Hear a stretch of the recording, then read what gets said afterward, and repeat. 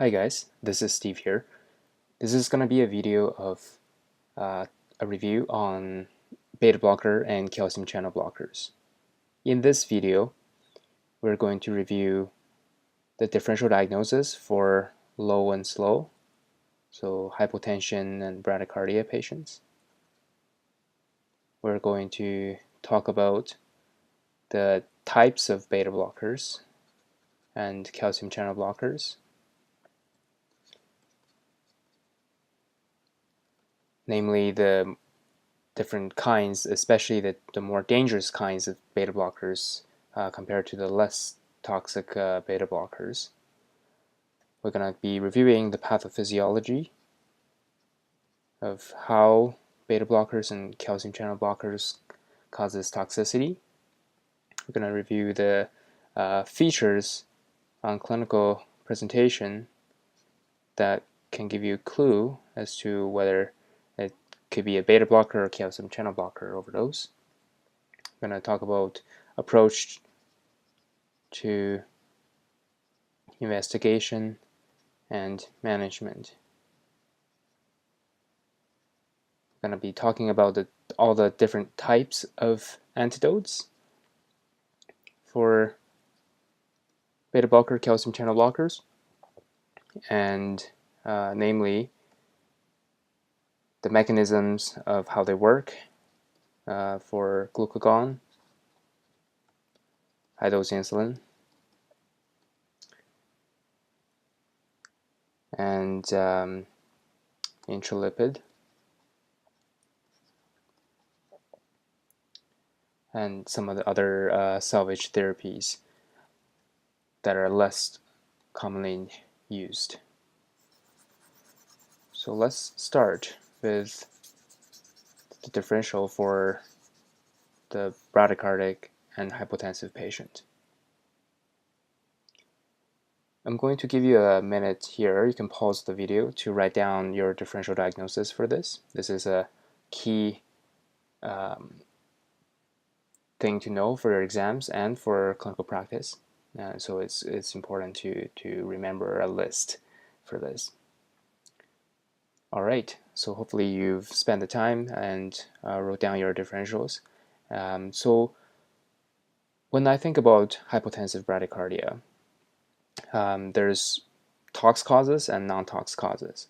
But on the top of the list, there's few things. So number one is hyperkalemia. Number two, ischemia, namely myocardial ischemia with the posterior infarct.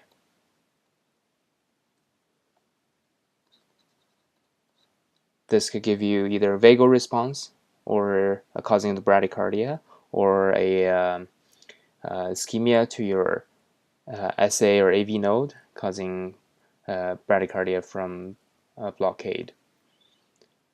So next is your tox causes. And for your tox causes, there's a mnemonic A, B, C, D that somewhat works. For A, these are things that are less commonly seen but could give you bradycardia. So adenosine shouldn't be a surprise for bradycardia, but so short-lasting shouldn't be on the differential really for patients who come in with the chief presentation of bradycardia hypotension. You can have an amiodarone, and there are other things like other antidysrhythmics like sodium channel blockers, like flecainide sometimes can give you that. B is the beta blockers. C, calcium channel blockers. In addition to that, a few other C's, so clonidine is another classic one, as well as cholinergics. So remember cholinergics or organophosphate, for example, can give you symptoms of the sludge.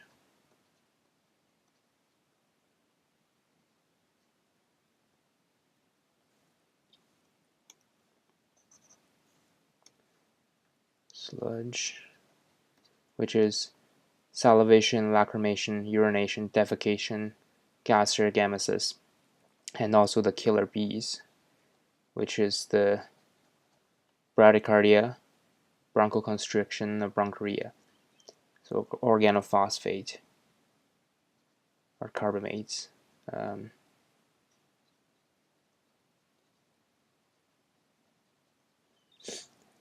D is digoxin. All right. There are other causes like neurogenic shock, for example, but you should have a presentation of trauma that associated with neurogenic shock, where you have a spine injury at a level that's high enough that would disrupt your sympathetic outflow, giving you the bradycardia, hypotension. So that's the differential for low and slow. And remember to think of beta blocker and calcium channel blocker as your tox differentials when you have a patient that comes in with that. Okay, so next let's talk about the different kinds of beta blockers.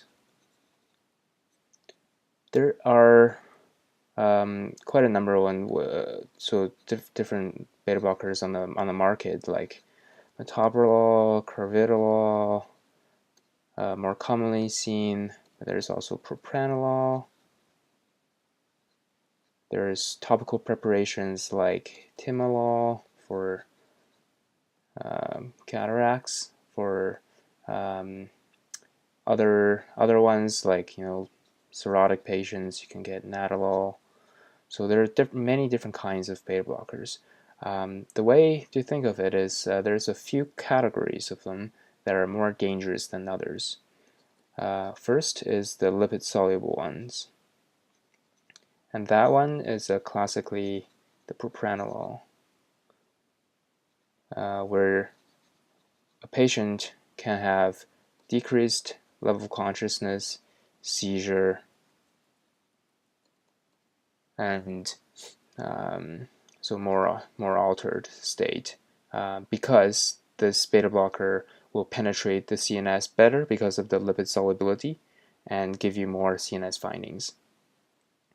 Another category is sodium channel blockade property along with beta blockade property. So we also call this membrane stabilizing effect.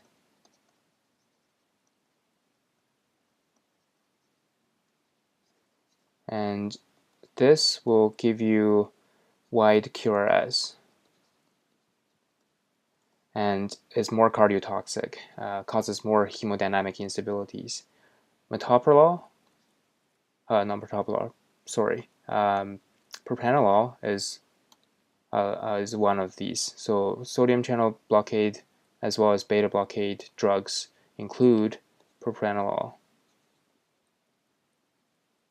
as well as acetabutalol and carvedilol, a few others, but these are the more common ones.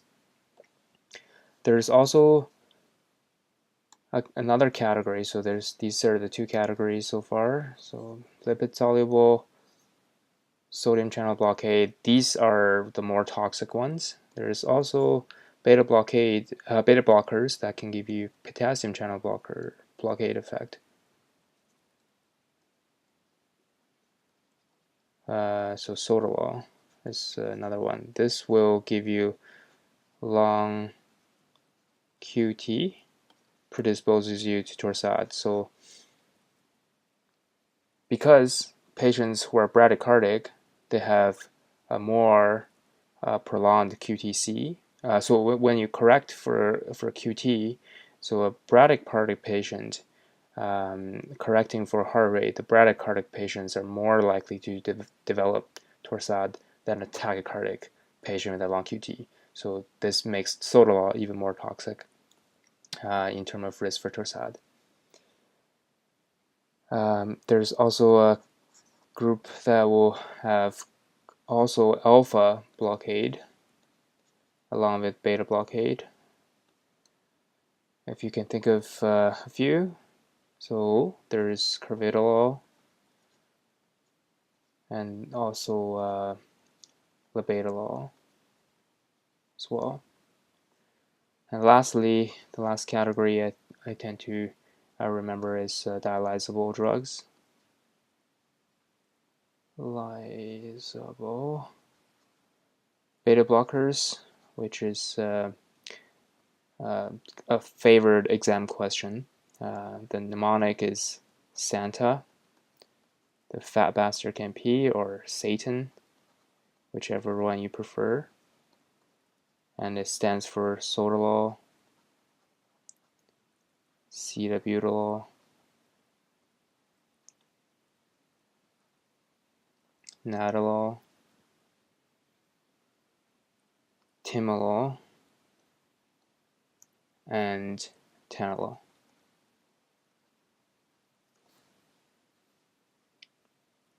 All right. So that's beta blocker.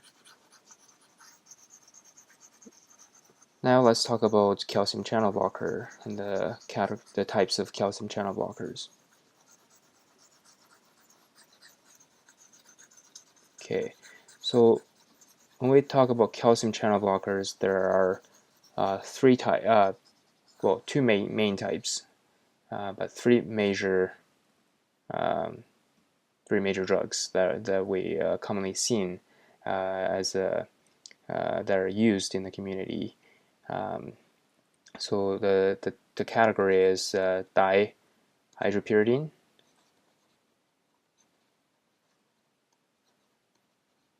and non-dihydropyridine.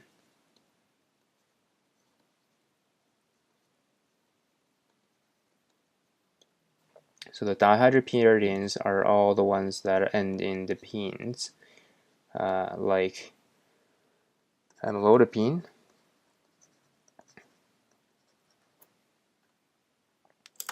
nifedipine, and so on. Non-dihydropyridines primarily are the two kinds, the verapamil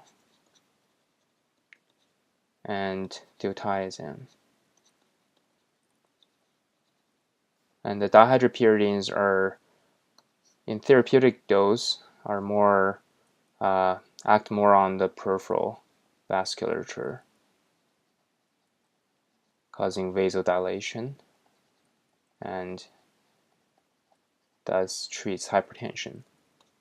The dihydropyridines are more cardioselective, so these are more used in patients with rate control issues that are used to control their rhythm or rate for rate control for ABIF or AFib, for example, in addition to peripheral vasodilation. However, in overdose,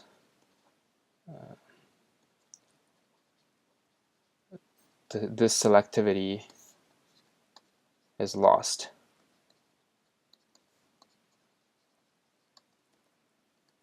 So you will have cardiac manifestations where you have decreased heart rate and decreased blood pressure,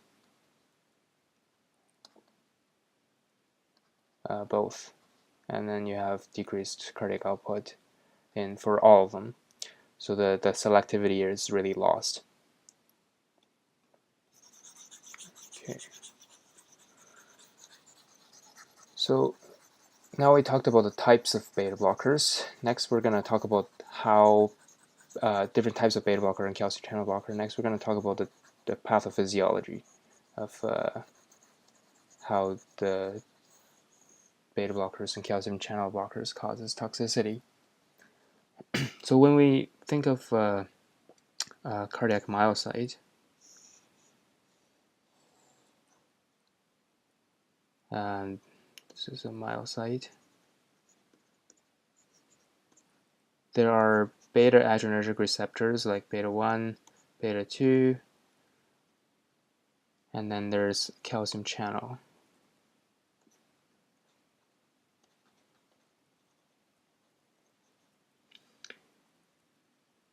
In a normal heart, the beta receptors are activated by your epinephrine, norepinephrine, and they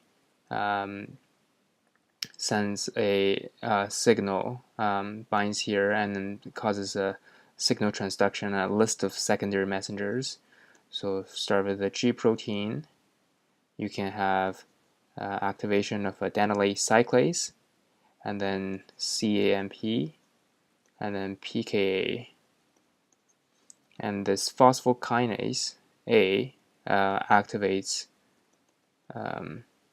the calcium channel, so more calcium goes in. And also the phosphokinase A activates sarcoplasmic reticulum. And this is, remember, this is a structure in the cell that contains calcium, and the calcium that are that come in from the calcium channels causes a process known as the calcium-induced calcium release. So the calcium in the sarcoplasmic reticulum are then released in the cytoplasm, and lots of calcium here. And the calcium binds to your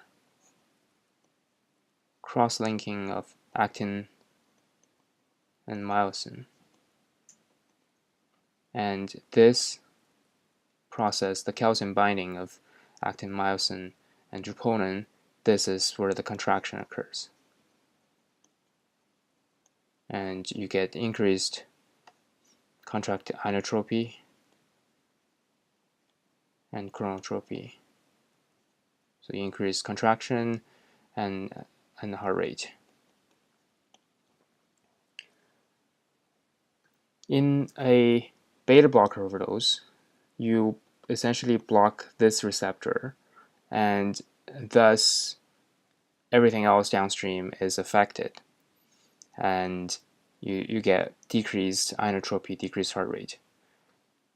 In a calcium channel blocker overdose, you block the calcium here, and that's causing no calcium entering the cell, and also give you the downstream consequences of decreased inotropy, decreased chronotropy. And how some of the antidotes work is, let's just talk about some of the antidotes. So when we think about classic antidotes for beta blocker, calcium channel blockers, there are a few worth noting. So glucagon is a classic one. There's atropine for all causes of beta decreased heart rate, so it's like ACLS, and we'll talk about how that works. There is high dose insulin, and there is calcium itself. There is pressors like epinephrine, norepinephrine, dopamine, vasopressin. There are other things like phosphodiesterase inhibitors, like mironone, which is inotrope. There's also things like intralipid and methylene blue, talk about.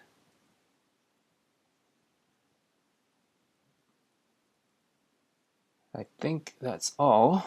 So let's go through each of them one by one. So glucagon is a drug that can work, especially in the beta blocker overdose situation. The reason why is because you have a glucagon receptor here,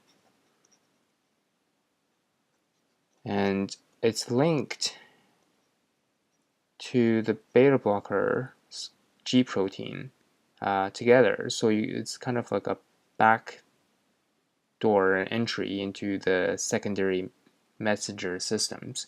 So when you have glucagon here binding to the glucagon receptor, you also have G protein activation, adenylate cyclase, CMP, and PKA, and so forth, and downstream activation of calcium, induced calcium release, and actin myosin causing contraction. In calcium channel blocker overdose, as you can see, the calcium channel is more downstream to the beta receptors. So using glucagon is less effective in calcium channel blocker is because it's more downstream. So once you block the downstream, even if you activate the glucagon, it doesn't really give you that much additional benefit.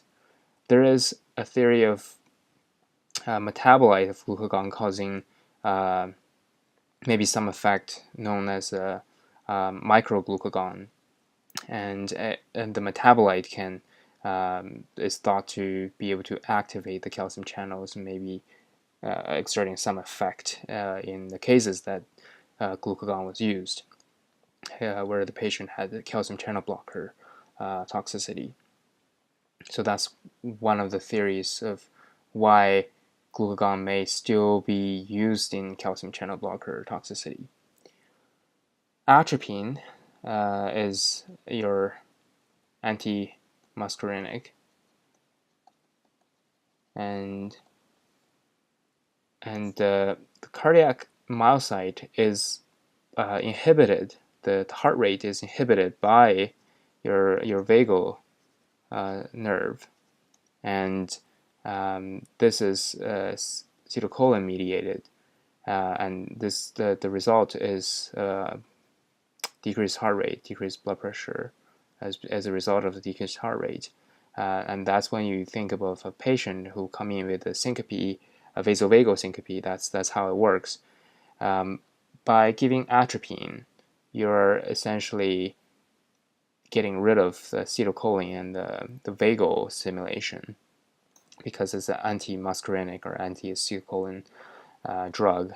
Thus, it works for bradycardia in ACLS, and can be trialed in beta blocker, calcium channel blocker, causing toxicity, causing bradycardia. Next, high dose insulin euglycemia.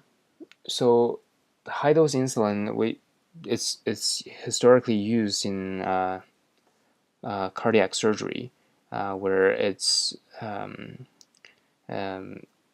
used as a therapy for cardiogenic shock.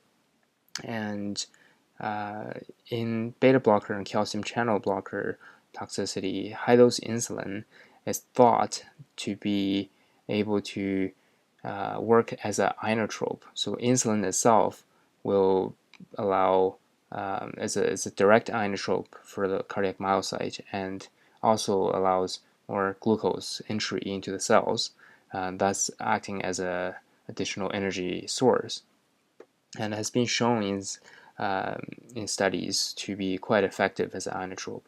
And when we talk about high dose insulin, we're thinking about a very high dose, so 1 unit per kilo bolus of insulin. So that's like in a 70 kilogram adult, you're giving 70 units of insulin R bolus, and follow that by 1 unit to 10 units, sometimes even higher, per kilo per hour infusion. So you're giving essentially hundreds of units of insulin per hour,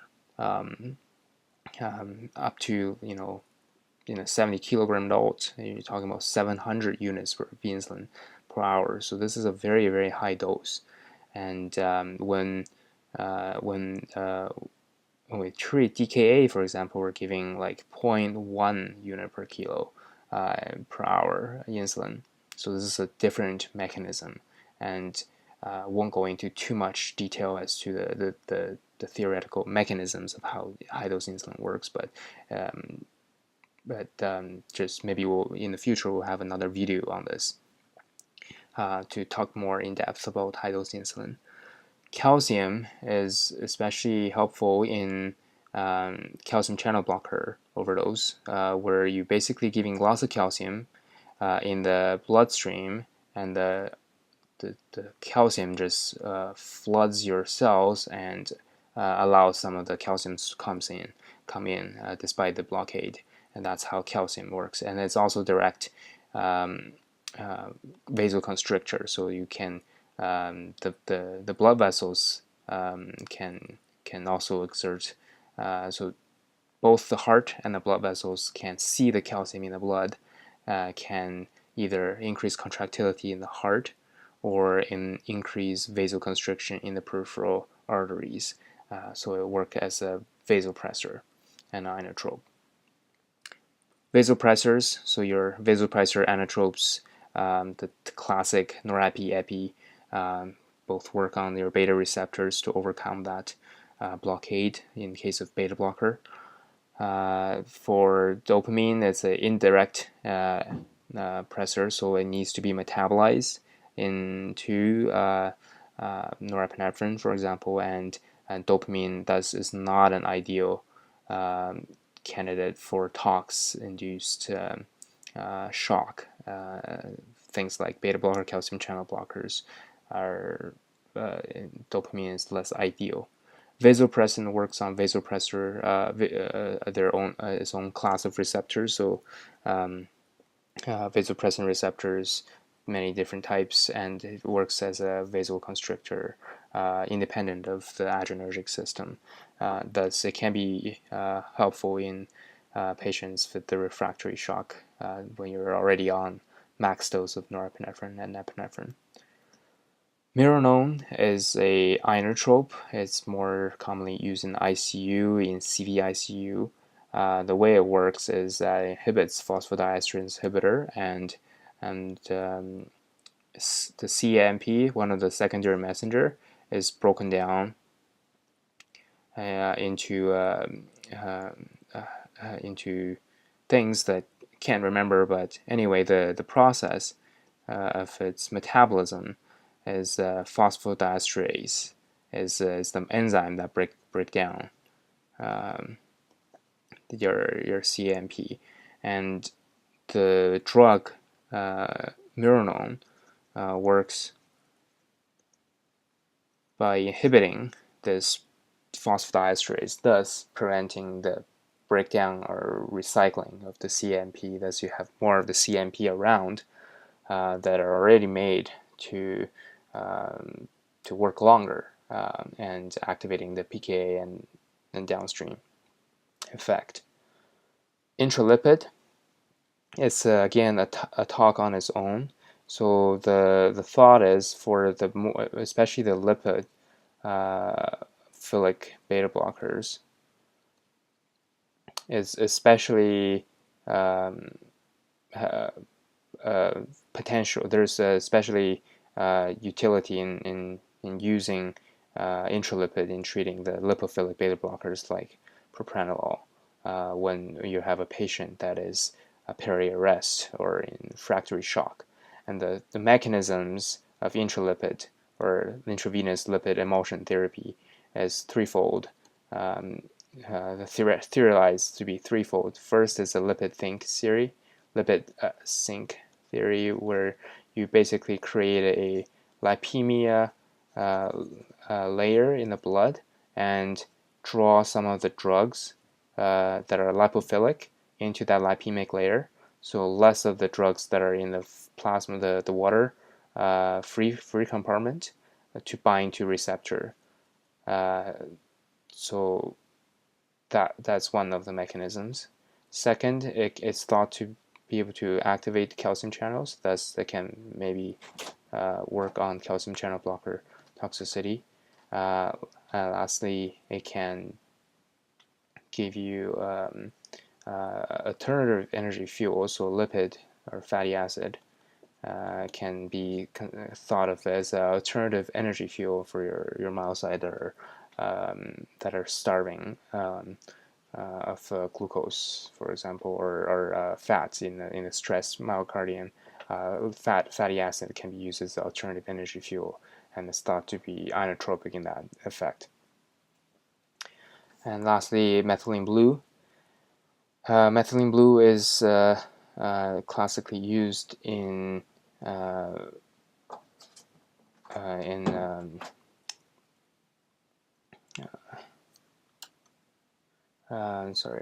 as classically used in hemoglobinemia, where you have where the methylene blue act as a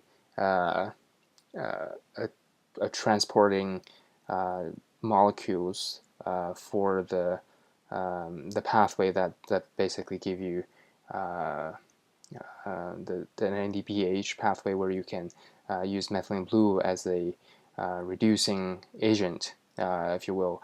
And we'll talk in another video about methylene blue and how it works. But another mechanism of how methylene blue works in vasodilatory shock is it's an inhibitor of nitric oxidase synthase. And nitric oxide is NO is a molecule produced by our cells in the endothelium that works as a vasodilator, and by inhibiting the production enzyme of NO, you can inhibit the the NO synthase. You basically inhibit the production of NO, and thus avoiding vasodilation from NO, thus preventing NO-mediated vasodilation. And that's one of the ways it can work in refractory septic shock, vasodilatory shock, and including in cases of calcium channel blocker or overdose. Okay, so now we've talked about the mechanism of how it works, how the different antidote works, and how beta blocker, calcium channel blocker causes toxicity. Let's talk about how the clinical presentations, what are some of the clinical presentations that could give you a clue that this could be a beta blocker or calcium channel blocker overdose.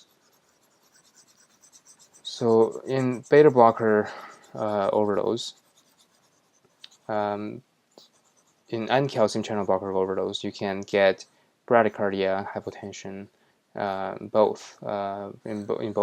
both cases. So you get decreased heart rate, decreased blood pressure, but there's two main things that are two classical differences in clinical presentation that differentiate beta blocker and calcium channel blocker. And that is your CNS status and your glucose. So for beta blockers, you typically have more suppressed decreased CNS, especially in cases like propranolol, where you're more lipophilic and more CNS involvement, as we talked about earlier. For calcium channel blockers, you often have more of an intact CNS until they crash and have cardiovascular collapse and decreased mentation. So if they're having decreased mentation with a calcium channel blocker overdose, they probably will be already very, very sick. In blood glucose, glucagon, and blood glucose as another features that are differentiating between beta blocker and calcium channel blocker. In beta blockers, the blood glucose tend to be low, and calcium channel blocker tend to be normal or elevated. And the reason why is insulin release from the pancreatic cells is a calcium-mediated process, and by blocking the calcium channel from the pancreas, your insulin can't get out. So you need calcium for insulin to be released, and because of that, you have a insulin deficiency state, and thus you can get hyperglycemia from the calcium channel blockers. And beta blockers, because you have more of a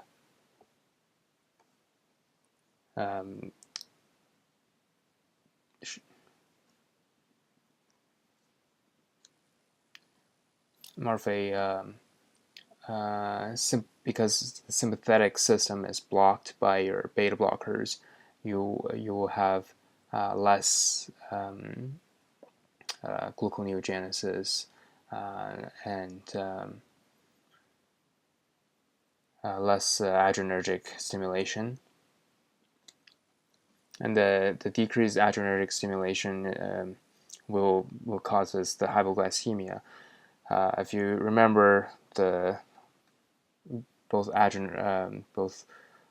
glucagon, norepinephrine, epinephrine are counter steroids. They're counter-regulatory hormones that can give you hyperglycemia. And when you block the adrenergic system, you have more hypoglycemia.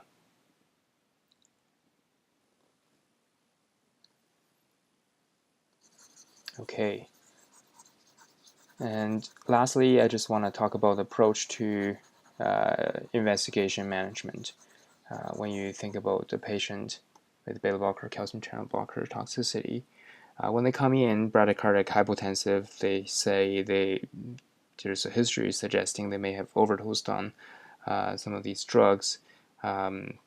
Investigation really is the key, is EKG, getting a sense of is there lung QRS, is there lung QT for the features suggesting other than just a simple beta blockade or calcium channel blockade. Is there sodium channel blockade? Is there potassium channel blockade causing lung widened QRS, lung QT?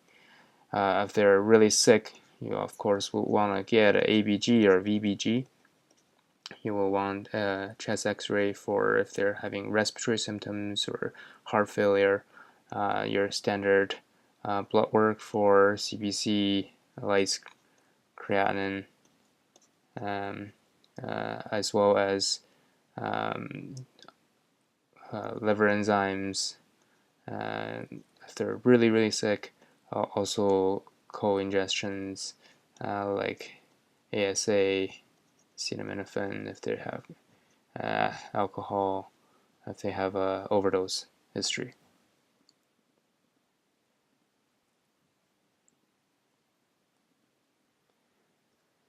So investigation is not a priority in this case. You'll be resuscitating the patient while getting more diagnostic information from history and their ECG. So when it comes to approach to management, this is when it really depends on how sick the patient is. If the patient is very sick, you will be going the kitchen sink approach, giving them everything all at once. But if they're not that sick and they're still holding their own, you can start trialing one treatment at a time, see if the treatment that you've given has taken an effect. So when we think about treatment, we always go through the A, B, C, D, E, F, G approach, and ABC is basically your airway breathing circulation, and intubate them if they're not protecting their airway, they're hypoxemic, breathing, oxygenate, circulation, start fluid pressors. So this is your IV fluid. If they're hypotensive, pressor,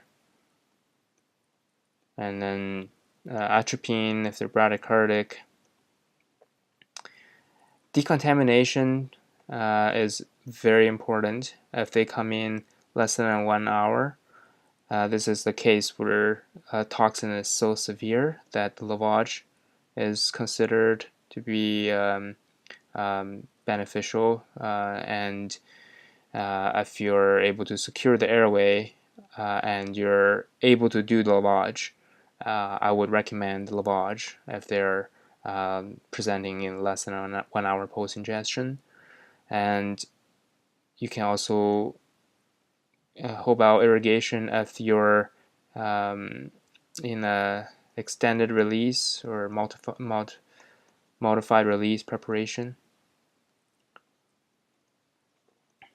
and or if they're maybe having a drug bezoar, where the drugs over the days are not getting better, and they may be having ingested so much there's a concretion in there. And then charcoal should be given in almost everyone, like a single dose activated charcoal, even if they're regardless whether they're coming super early, like once 1 hour, you watch and then give charcoal. If they come in later, greater than 1 hour, like 5 hours later, they can still get intubated and then give a dose of charcoal if they are that sick. Or if they're maintaining their mentation, then it becomes a judgment call whether you want to give them charcoal now and risk they losing their conscious later, in which case if they're thinking they're going to have decreased LOC soon, I would intubate them first before giving charcoal. Elimination, this is when you have options of dialyzing the patient, multi-dose activated charcoal, or urinary alkalization. Those are the options for elimination. In case of beta blocker, calcium channel blocker overdose, hemodialysis is an option for the dialyzable beta blockers, but I think it's rare if ever a beta blocker will be dialyzed because of just how rare it is to have dialysis going when you have a million other things going on. And this is find the antidote. That's what S stands for. So we talked about the different kinds of antidotes, and let's just go through them again. And G is general management, like your lab and investigations and supportive management, housekeeping issues. So let's go through the antidotes again and talk about the differences between beta blocker and calcium channel blockers. So beta blocker, calcium channel blockers. So the first line treatment for antidotes, first line treatment, everyone should be getting IV fluid. You can try atropine, it may not work. You can try calcium, especially in case of calcium channel blocker. Calcium is probably more effective. And when the patient is still quite undifferentiated, you would give fluid, and then they're not responding, you can start pressor. So you can try epi, norepi to start, and then you can titrate up. Second line treatment, beta blocker, because the glucagon activates beta receptors, it is recommended to give glucagon a shot in beta blocker. Glucagon, if you remember, it's very problematic because it comes in syringes, pre-filled syringes, and it's very troublesome to make infusion, and it can take a long time. But in beta blocker overdose, you can try, say, 2 milligram bolus of glucagon, and then every 10-15 minutes later, you can redose. You can try 3 milligram bolus, and then 5 milligram bolus. And eventually, if it's effective, you can start the bulk glucagon infusion, and that's when you mix the glucagon infusion. If it doesn't work by 10 milligrams, it doesn't work, and that's probably considered as a failure of treatment, so you can stop there. For calcium channel blockers, because glucagon is more because glucagon is upstream to calcium channel, and all the problems like nausea, the trouble with mixing the infusion, it is less favored in treating calcium channel blockers. So calcium channel blockers are typically, if they're sick and they're not getting better with just fluid calcium pressors, we would consider starting high-dose insulin very soon, very early on, to treat calcium channel blockers, sometimes even as a first-line treatment along with calcium. And lastly, there's salvage therapy, or the ones that are really, really sick. You can consider these therapies. Some of them we talked about earlier, like intralipid. we can consider that. We can consider methylene blue. Notable contraindication for methylene blue is in addition to G6PD, which can give you hemolysis with methylene blue, people who are also on serotonergic agents like SSRIs, which some of these patients may be because if they're committing suicide by ingesting beta blocker, they may be on treatment for antidepressant therapy. Methylene blue is also considered serotonergic because it blocks the enzyme MAO, and in addition to their regular serotonergic drugs, you may be risking serotonin syndrome. So in that case, you shouldn't be giving methylene blue. There's other things that you can try, like transvenous pacing, which hasn't been very successful in my experience and in the literature and case reports, because the myocardium is all globally affected, and we are trying to pace heart that's already globally not contracting very well. It's unlikely to provide any additional benefits, sometimes not even able to gain capture. Even if you do capture electrical capture and mechanical capture, sometimes the blood pressure and cardiac output fails to respond to the pacing. And lastly is ECMO. This is important. So in the cases of refractory beta blocker overdose that I saw, ECMO was very successful and has been successful in many case reports. You would put these patients on ECMO for 5 days, and sometimes they would do remarkable and come off neurologically intact. So if they're in a state where they're in refractory shock, you've tried everything here, and they're still in shock, ICU should be, first of all, ICU should be involved early, and CV ICU are typically the ones that would be called by ICU to start ECMO.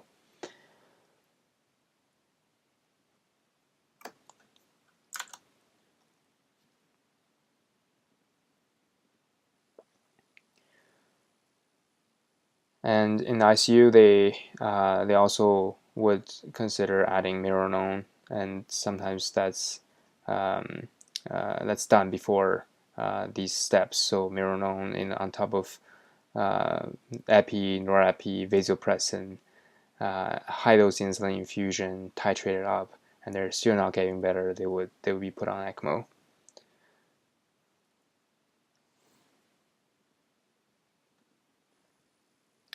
All right, so that marks the end of this presentation. In summary, we talked about the differential for the bradycardic hypotensive patient. We talked about the different types of beta blocker and calcium channel blockers, and the pathophysiology of how the beta blocker calcium channel blockers work, and also the mechanisms of how the antidotes work by drawing the cardiac myocyte diagram. We talked about approach to investigation and management, differences between beta blocker, calcium channel blockers, and in terms of how they will present, how to treat them, the orders of preference in terms of beta blockers, try glucagon, and then calcium pressors and high dose insulin, and calcium channel blockers. You'll be trying calcium and high dose insulin early rather than resorting to glucagon because this may not be as useful. And we talked about also at the end some of the salvage therapy, the intralipid, methylene blue, ECMO, mironone, and that's the end of this video. I hope you've found it useful, and please let me know if there's anything I can do to make it more useful in the future, and appreciate any of the feedbacks that you have. Thank you.